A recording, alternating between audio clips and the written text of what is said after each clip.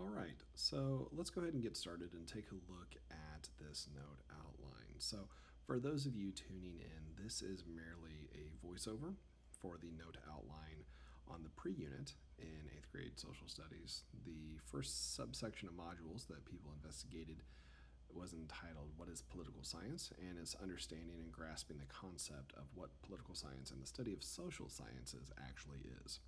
So, to begin with, what is political science? Political science we're going to break down into two words, political and science.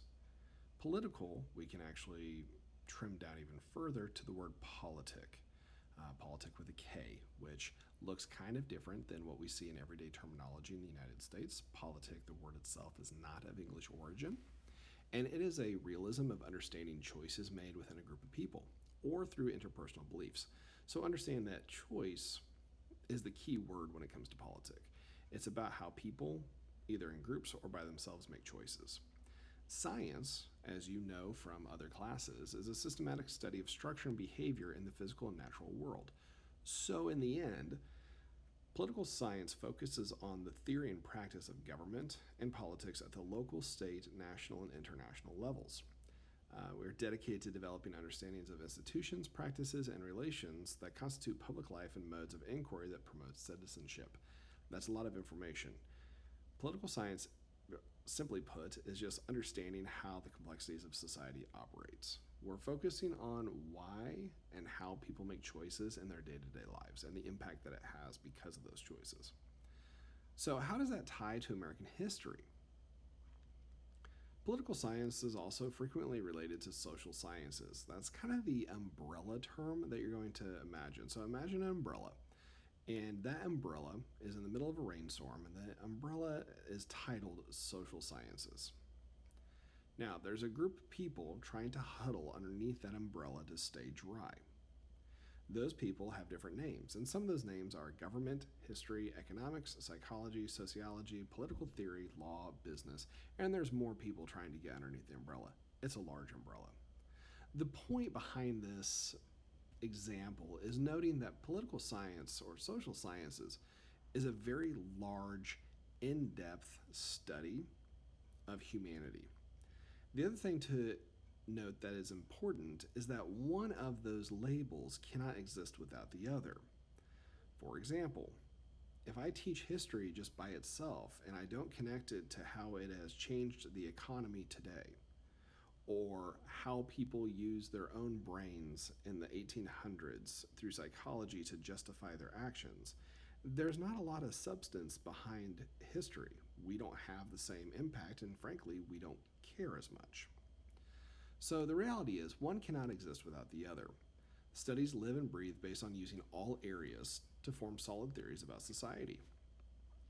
History is just one piece of social sciences. It is not the end-all be-all.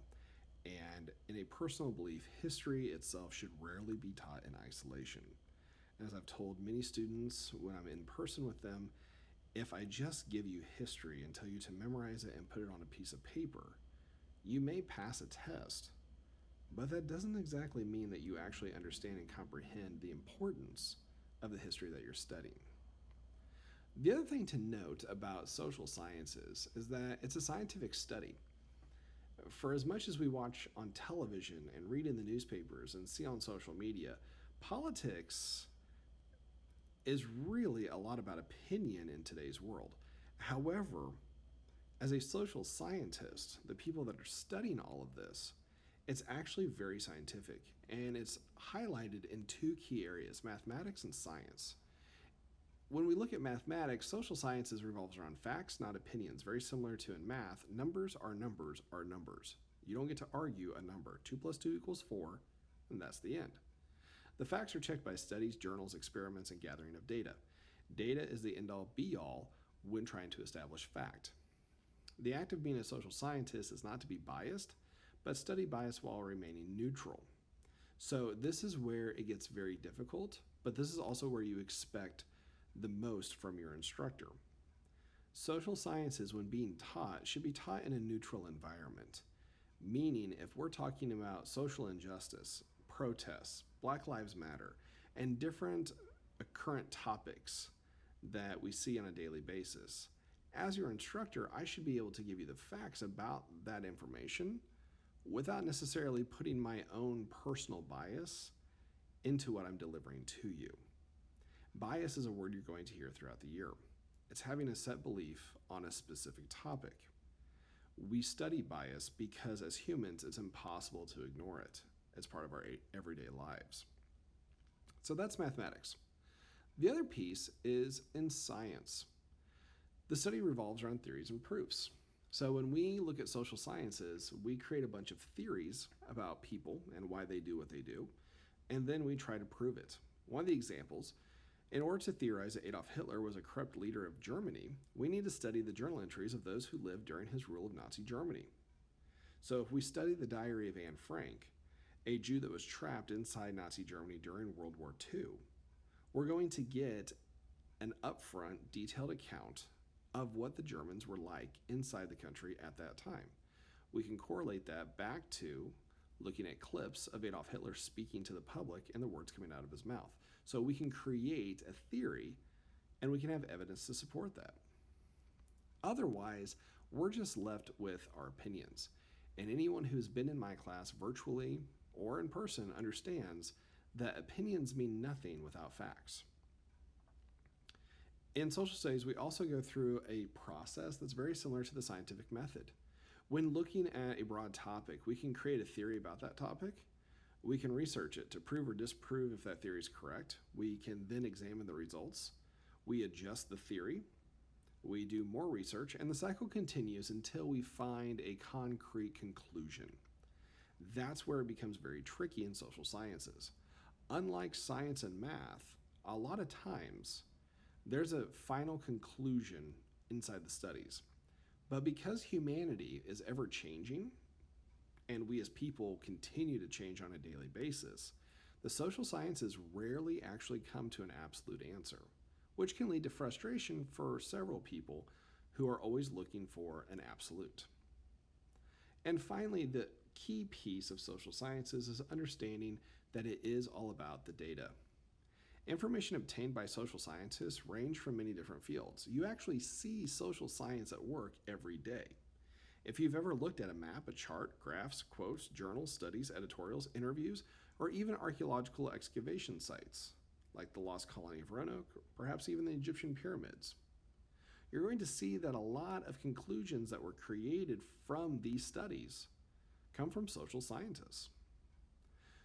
They take the true work of data gathering and they form principled thoughts that can summarize their findings. So for an example, the construction of the Egyptian pyramids is a mystery to many. We know that they lacked technology. In the sake of this, they did not have smartphones, they did not have computers, and they also did not have heavy lifting machinery like we have today. So we can conclude that the pyramids were actually made by manual labor. How else are they going to get built?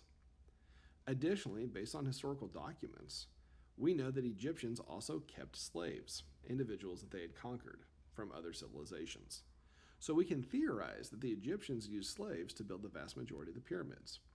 Now, if we look in historical context and we are able to find primary documents and read firsthand accounts of what it was like at that time, that would add to our theory about the Egyptians and the pyramids.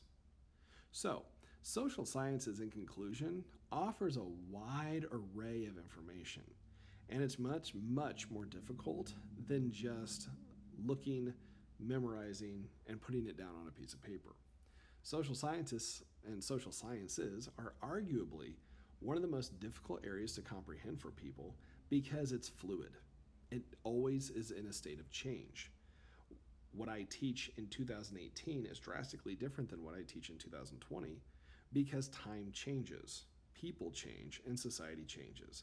It's the responsibility of a social scientist to focus on what that change is in order to better explain it and to better explain the purpose of how people are going to interact when change does occur.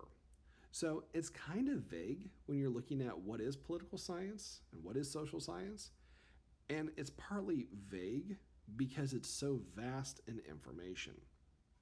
So hopefully this gives you a better idea of what political science is, the study behind it, and some of the history behind the concept and the study, looking at the mathematic aspect and looking at the scientific aspect.